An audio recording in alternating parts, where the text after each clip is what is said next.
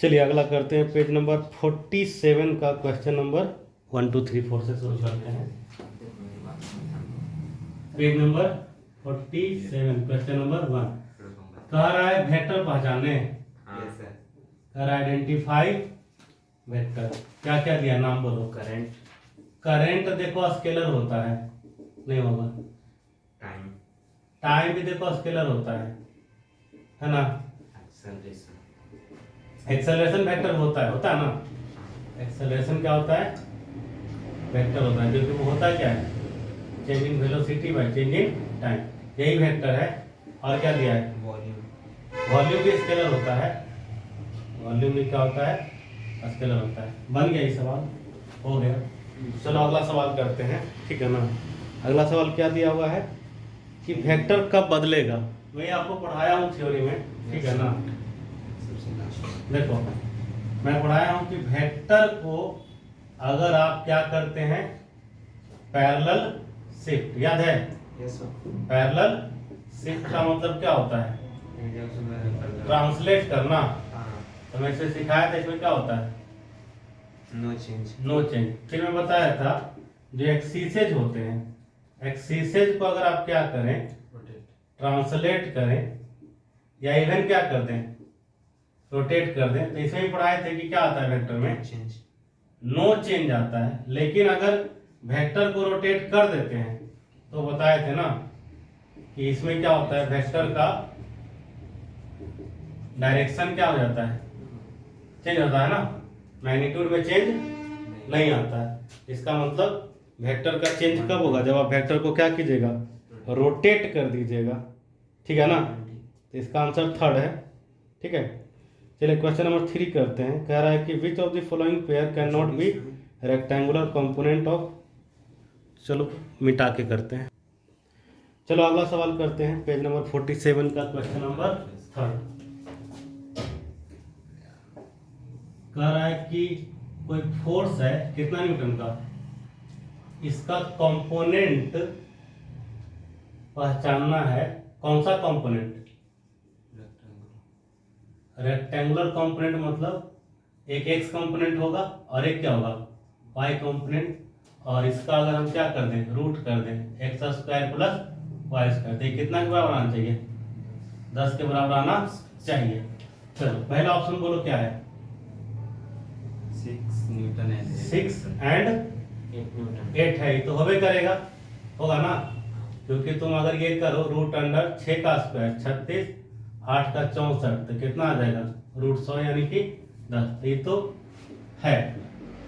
दूसरा क्या है, 7 and root 51, 7 and root under 51 भी होगा, क्योंकि 7 का स्क्वायर क्या होता है 49, और रूट 51 का कितना हो जाएगा 51। ये भी 100 का रूट कितना 10, ये भी होगा।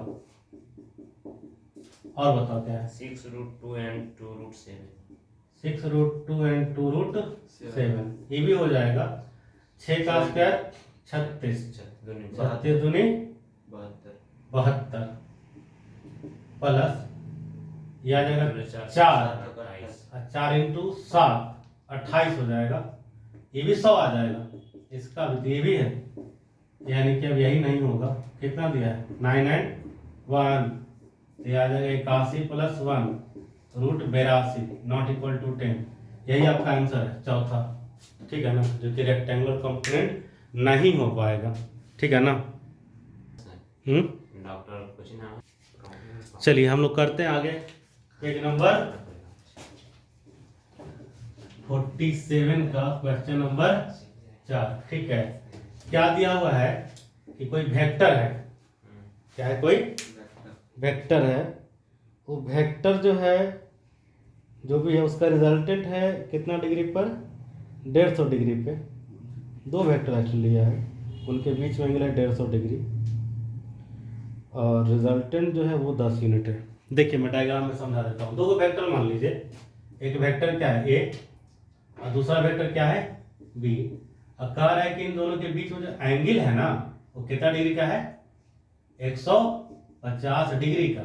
अब इन दोनों का जो रिजल्टेंट है ना, उसके बारे में कह रहा है कि वो छोटे वाले पे क्या है, परपेंडिकुलर। तो दिख रहा है, एक बड़ा होगा एक छोटा होगा, होगा ना।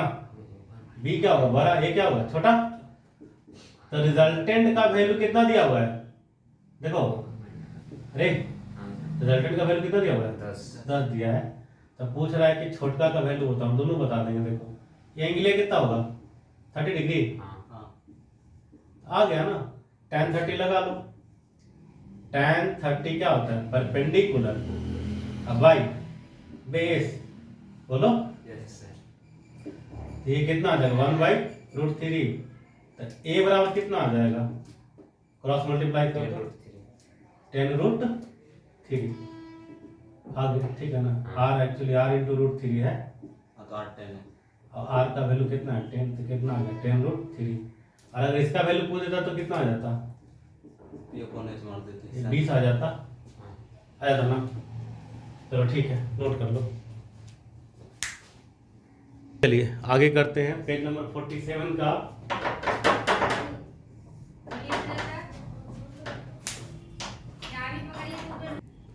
देखिए दिया हुआ है कि दो वेक्टर है, मान लो क्या है वेक्टर ए और वेक्टर बी, इन दोनों का जो आपस में मैग्नीट्यूड है वो क्या है सेम। एंड ई भी दिया हुआ है कि इन दोनों का जो रिजल्टेंट आएगा, रिजल्टेंट क्या आएगा, वो आएगा वेक्टर ए प्लस बी। इसका जो मैग्नीट्यूड आएगा ना वो भी गिवन है कि किसके बराबर है, ए और बी के बराबर है। ये दिया हुआ है, सवाल में दिया हुआ है, ठीक है ना। इसको साधारण भाषा में आप क्या लिख सकते हैं, ऐसे लिख सकते हैं R equal to A equal to B, ठीक है। अब पूछ रहा है ये एंगल निकालिए, क्या कह रहा है, find angle between vector A and vector B. इसको बनाने का दो तरीका हम पढ़ाए होंगे, थ्योरी में पढ़ा दिए थे। देखो कैसे, जब ए बराबर बी रहता है तो हम लोग एक शॉर्टकट लगाते हैं, याद है, आर बराबर 2a cos θ/2।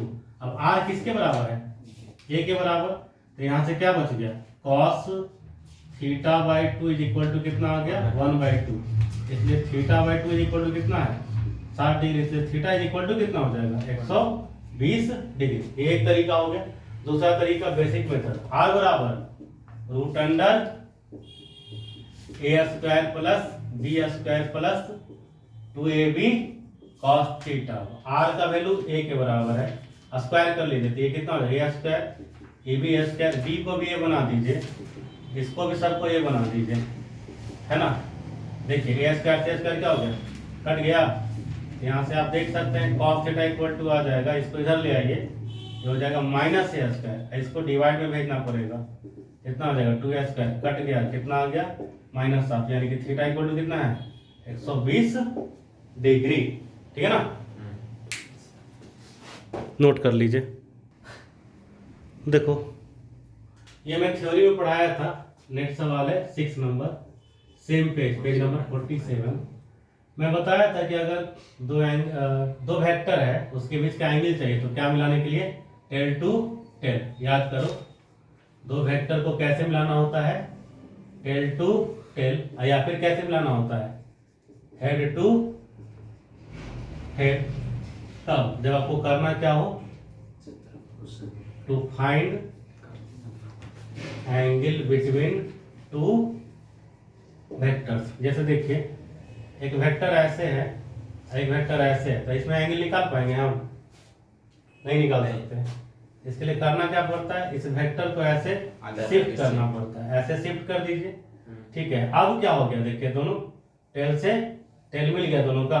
अब आप आराम से क्या कर सकते हैं, एंगल निकाल सकते हैं, ठीक। इसका दूसरा भी तरीका है, देखिए बताता हूँ कैसे। इसके बराबर में इसको खींच लीजिए, खींच लिए, इसके बराबर में इसको खींच लीजिए, ठीक। अब ये पैरेलल अगर है तो आप समझ जाइएगा, यहां से अगर ऐसे बढ़ा दे दोनों को तो यहाँ फिर से टेल मिलेगा, सोचिए। इसके आगे इसका टेल होगा, इसके आगे इसका टेल होगा, होगा ना। तो ये एंगल कितना होगा बताइए, पाई माइनस थीटा। ये एंगल कितना होगा, पाई माइनस थीटा। तो ये एंगल कितना हो जाएगा, हो गया हेंस प्रूफ, ठीक है ना। बड़े होंगे ना, इसको बोलते हैं I think corresponding angle. Corresponding angle का सम कितना होता है 180। ये भी कितना है 180, ये कितना बच गया, थीटा ही बचा। संगत कोण हिंदी में बोलते हैं, करस्पॉन्डिंग एंगल ऐसे बोलते हैं, ठीक है ना। तो ये थीटा, तो सामने वाला भी क्या आ गया थीटा। तो देखिए टेल से टेल मिला रहे हैं तो भी क्या रहा है थीटा, हेड से हेड भी मिला रहे हैं तो क्या रहा है। तो कभी भी तो वेक्टर के बीच एंगल निकालने के लिए हम क्या करते हैं, या तो टेल से टेल मिलाते हैं या फिर क्या मिलाते हैं, हेड टू हेड, ठीक है। तब यहाँ पर जो ऑप्शन दिया हुआ था उसके हिसाब से थर्ड ऑप्शन क्या है, करेक्ट है। मैं डायग्राम बना देता हूँ, देखिए आप लोग। जैसे कि दिया हुआ एक डायग्राम, ये वेक्टर बी है और ये है वेक्टर ए, और कह रहा है कि ये दोनों के बीच का एंगल होगा, गलत है ना। ये दोनों के बीच का एंगल क्या होना चाहिए, ये वाला, यस सर। अंदर वाला ना, ये तो गलत हो गया। फिर कह रहा है ऐसे कि ये वेक्टर ए है और ये वेक्टर बी है, और ये जो है एंगल थीटा, ये भी गलत हो गया क्योंकि एंगल अंदर वाला होता ना, टेन से टेन मिला दिया। फिर कह रहा है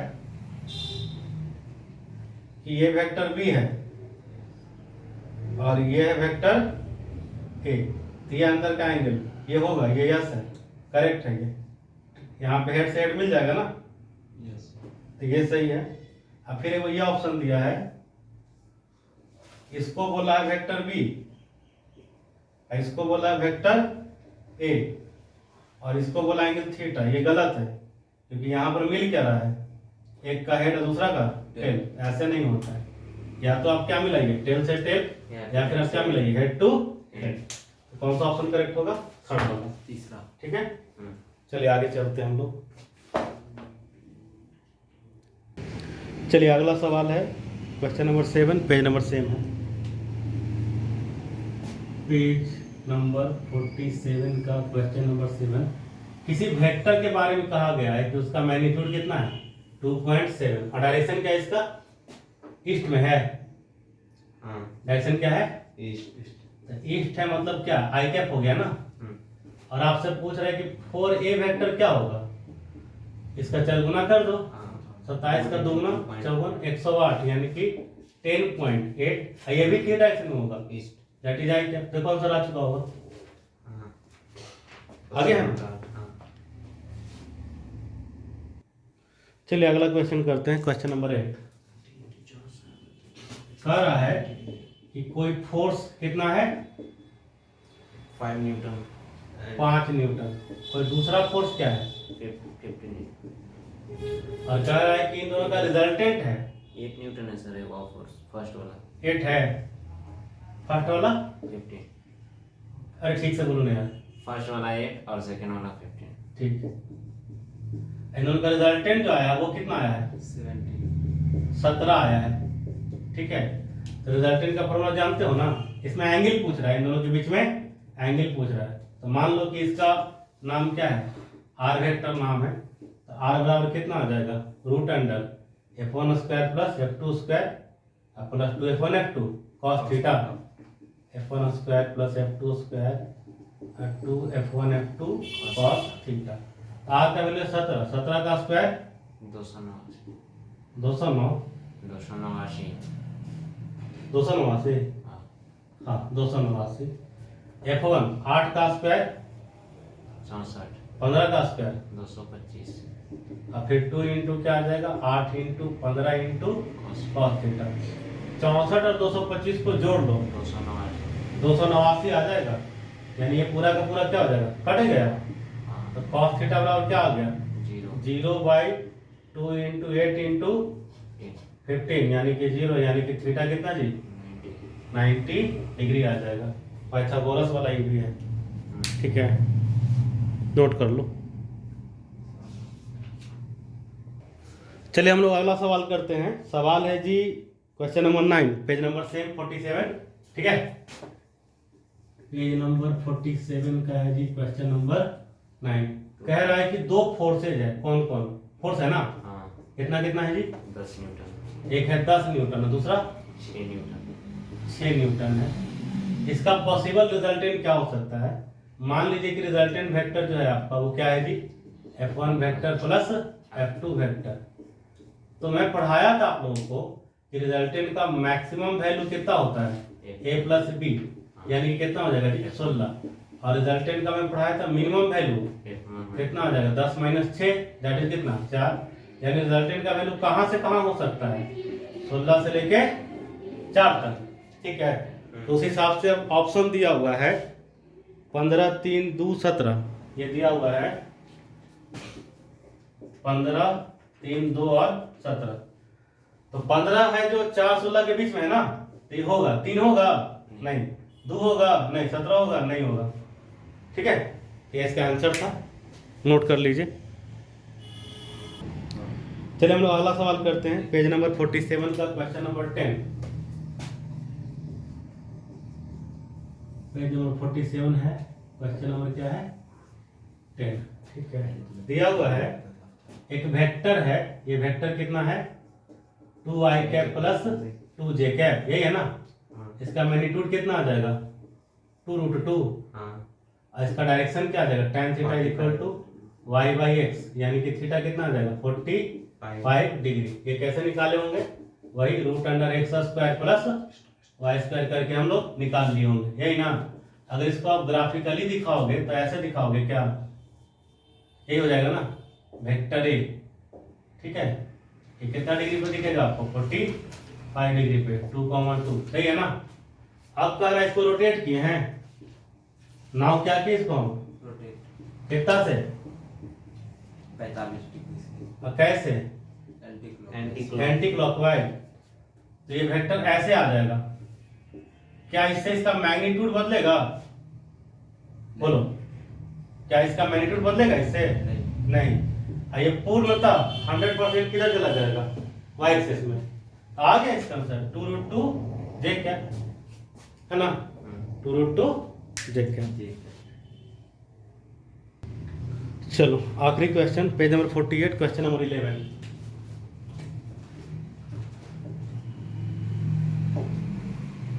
देखिए दिया हुआ है कि दो को यूनिट वेक्टर है, मान ले क्या है, ए कैप ए क्या है बी कैप, इन दोनों को जोड़े तो इसका रिजल्टेंट भी क्या आ गया यूनिट वेक्टर। ऐसा दिया हुआ सवाल में कि sum of two unit vector is also a unit vector. इसका मतलब समझ रहे हो कि ए का मैग्नीट्यूड, बी का मैग्नीट्यूड और इसका मैग्नीट्यूड, तीनों का मैग्नीट्यूड कितना आ गया, सेम आ गया। और ये तो तुम्हें पता है कि इसका एंगल 120 डिग्री आता है, अभी तो साबित किए थे ना। तो इस रिजल्ट का हम डायरेक्ट इस्तेमाल कर लेना। और अगर मान लो भूल रहे हो तो ये फार्मूला याद करो, r बराबर कितना था 2a cos θ/2, r और a क्या है बराबर, तो cos θ/2 कितना आ गया 1/2, इसलिए θ/2 कितना आ गया 60 डिग्री, इसलिए थीटा कितना आ रहा है 120 डिग्री। तो ये पहले साबित कर लिया हम, है ना, कि ए और बी के बीच का एंगल कितना है 120 डिग्री। अब ये पूछ क्या रहा है, पूछ रहा है कि अगर इनका डिफरेंस किया जाए तो क्या आएगा मैग्नीट्यूड, यही पूछ रहा है ना, ये पूछ रहा है ना। The magnitude of their difference and angle between the two given unit vector, तो 120 डिग्री का तो एंगल हम बता दिए। अब ये पूछ रहा है आप लोग से कि A cap minus B cap का ये क्या होगा, ये पूछ रहा है डिफरेंस का मैग्नीट्यूड। लगाइए फार्मूला, रूट अंडर क्या कीजिएगा बोलिए, A square plus B square minus 2ab cos theta करना पड़ेगा। अब भाई यूनिट वेक्टर है जी, तो यूनिट कितना होगा इसका magnitude 1 plus 1 minus 2 into 1 into 1, cos 120 का वैल्यू माइनस 1/2 होता है बाबू, 2 से 2 कट गया, अब माइनस माइनस क्या आ गया प्लस, आंसर आ गया जी आपका कितना √3, ठीक है, नोट कर लीजिए।